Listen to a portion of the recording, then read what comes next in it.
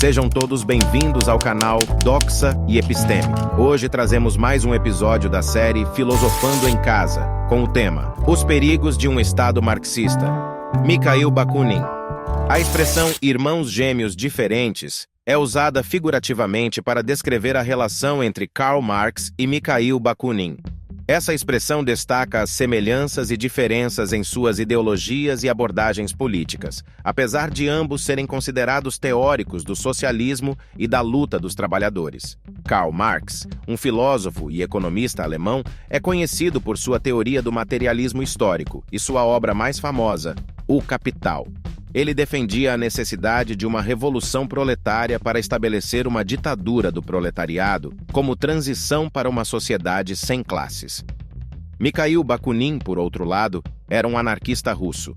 Ele acreditava que o Estado era uma instituição opressiva e desnecessária e defendia a abolição total do Estado e de todas as formas de autoridade hierárquica.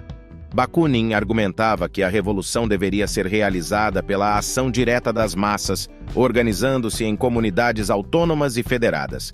A relação entre Marx e Bakunin azedou na Primeira Internacional dos Trabalhadores, também conhecida como Associação Internacional dos Trabalhadores AIT.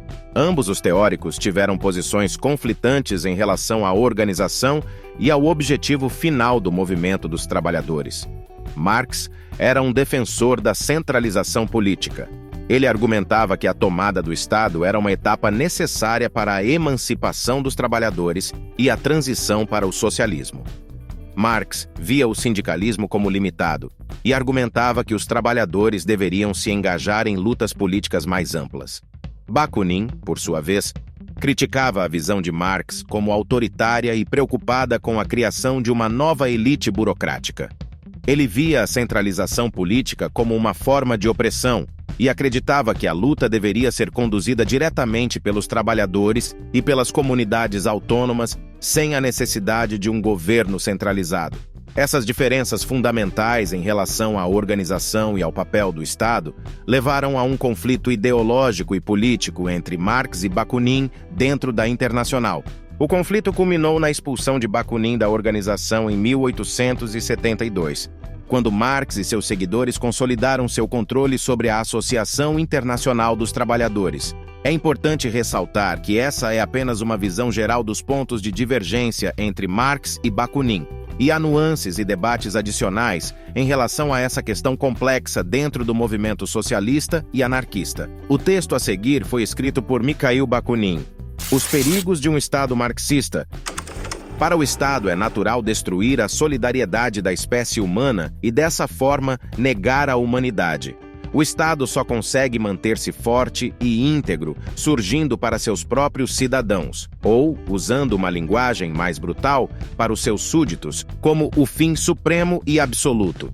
Isso leva inevitavelmente ao aparecimento de uma moral e de razões de Estado, a um rompimento com a moral e a razão humanas em suas manifestações universais. O conceito de moral política do Estado é muito simples. Sendo o Estado o objetivo supremo, tudo o que possa contribuir para o aumento dos seus poderes é bom, e tudo que se opuser a esse objetivo, mesmo que seja a melhor das causas, é mau. A isso se dá o nome de patriotismo. A Internacional é a negação do patriotismo e, consequentemente, é a negação do Estado. Segue-se que, se Marx e seus amigos do Partido Democrático Alemão conseguissem introduzir o conceito de Estado em nosso programa, acabariam com a Internacional. Para manter-se, o Estado deve ser necessariamente poderoso externamente, mas, se é assim em suas relações com o mundo, certamente também deverá sê-lo no plano interno. Todo o Estado deve ser inspirado e orientado por uma moral especial, adaptada às condições particulares de sua existência, uma moral que é a negação de toda a ética humana e universal. E o Estado deve assegurar-se de que todos os seus súditos são inspirados em pensamentos e, sobretudo, em atos, apenas pelos princípios dessa moral patriótica e particular, permanecendo surdos, daí a necessidade da criação de uma censura oficial, já que demasiada liberdade de pensamento e opinião, como acredita Marx com boas razões, se aceitarmos seu ponto de vista eminentemente político, é incompatível com a concordância unânime às exigências da segurança do Estado. Que esta é realmente a opinião de Marx, fica suficientemente provado pelas tentativas que fez de introduzir, sob pretextos plausíveis, uma forma velada de censura na internacional. Entretanto, por mais vigilante que possa ser a censura, e mesmo quando o governo toma a seu cargo toda a educação e a instrução do povo, como deseja Mazzini e como Marx também quer, o Estado jamais pode estar seguro de que pensamentos proibidos e perigosos não se insinuaram, como perigoso contrabando, na consciência dos indivíduos que governa. O fruto do demônio é tão atraente para os homens e o demônio da revolta, essa eterna inimiga do Estado, pode ser tão facilmente despertado nos seus corações quando estes não foram suficientemente embrutecidos que nem a educação nem mesmo a censura podem garantir efetivamente a tranquilidade do Estado. Ele necessita de uma polícia integrada por agentes dedicados, encarregados de supervisionar e dirigir discretamente e em segredo as opiniões e paixões populares. Já vimos que o próprio Marx está tão convencido dessa necessidade que julgou necessário infiltrar seus agentes secretos em todas as regiões da Internacional, sobretudo na Itália, na França e na Espanha.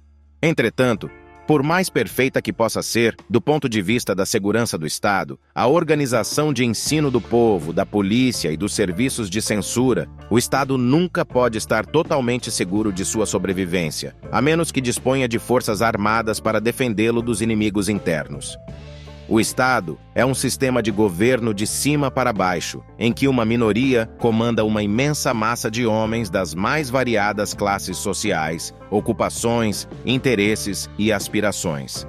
A minoria dominante, mesmo que tivesse sido eleita 1 milhão de vezes por sufrágio universal e tivesse todos os seus atos supervisionados por instituições populares, ainda assim não poderia de forma alguma, a menos que fosse dotada de onisciência, onipresença e onipotência, que os teólogos atribuem a Deus, entender e antecipar as necessidades ou satisfazer com igual justiça os interesses legítimos e imediatos de todos. Sempre haverá descontentes, porque sempre haverá aqueles que são sacrificados. Seja como for, tal como a Igreja, o Estado é, por sua própria natureza, um grande sacrificador de homens. Ele próprio é um ser arbitrário, que centraliza todos os interesses positivos, vivos e individuais do povo, para que sejam absorvidos por essa abstração que se chama interesse comum, o bem público, a segurança pública, e onde todas as vontades individuais se anulam umas às outras, formando aquela outra abstração que é chamada de vontade popular. Na verdade, essa assim chamada vontade popular não é outra coisa senão o sacrifício e a negação de todas as verdadeiras aspirações individuais, da mesma forma que o assim chamado bem comum é simplesmente o sacrifício dos interesses individuais. Mas para que tal abstração onívora possa ser imposta a milhões de homens, ela deve ser representada e apoiada por um ser real, por uma força viva. E este ser, essa força sempre foi representada na Igreja pelo clero e no Estado pela classe dominante. Entretanto, no Estado popular do Sr. Marx, segundo nos dizem, não haverá nenhuma classe privilegiada. Todas serão iguais. Não apenas sob o ponto de vista jurídico e político, mas quanto ao ponto de vista econômico. Pelo menos essa é a promessa que nos fazem, embora eu duvide que ela venha a ser cumprida. Talvez já não haja mais uma classe privilegiada como tal, mas haverá um governo e, deixem-me enfatizá-lo, um governo extremamente complexo que não se contentará em governar e conduzir as massas politicamente como fazem agora todos os governos, mas passará a orientá-las também economicamente, concentrando em suas mãos a produção e a justa divisão da riqueza, da agricultura, da criação e desenvolvimento das fábricas, a organização e exploração do comércio e, sobretudo, a aplicação do capital para a produção, que será feita por um único banqueiro, o Estado. Tudo isso tornará necessário um imenso desenvolvimento da ciência e a presença no governo de muitas cabeças pensantes. Será o reinado da inteligência científica, o mais aristocrático, despótico, arrogante e desdenhoso de todos os regimes. Haverá uma nova classe, uma nova hierarquia de verdadeiros e pretensos sábios, e o mundo ficará dividido entre uma minoria que governará em nome da ciência e uma enorme maioria ignorante. Então essa massa ignorante que tome cuidado, um tal regime não poderá deixar de despertar um formidável descontentamento entre as massas. E para contê-las, o esclarecido e liberado governo do Sr. Marx precisará de um exército não menos formidável.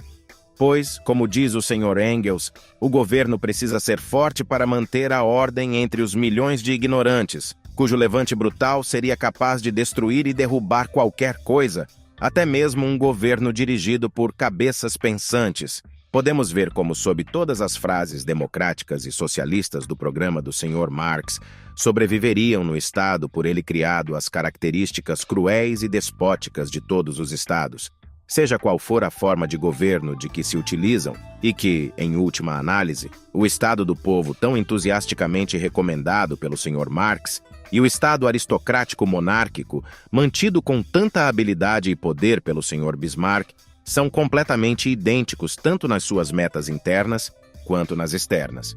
Do ponto de vista externo, há a mesma exibição de poder militar, que significa conquista e, internamente, o mesmo emprego de forças armadas, último argumento de todos os poderes políticos ameaçados contra as massas, que, cansadas de sempre acreditar, esperar, aceitar e obedecer, levantam-se em revolta. Por hoje é só. Muito obrigado a você que assistiu o vídeo até aqui. Caso tenha gostado, deixe um like, assine o canal e compartilhe com os amigos. Todo comentário é bem-vindo. Forte abraço e vitória sempre!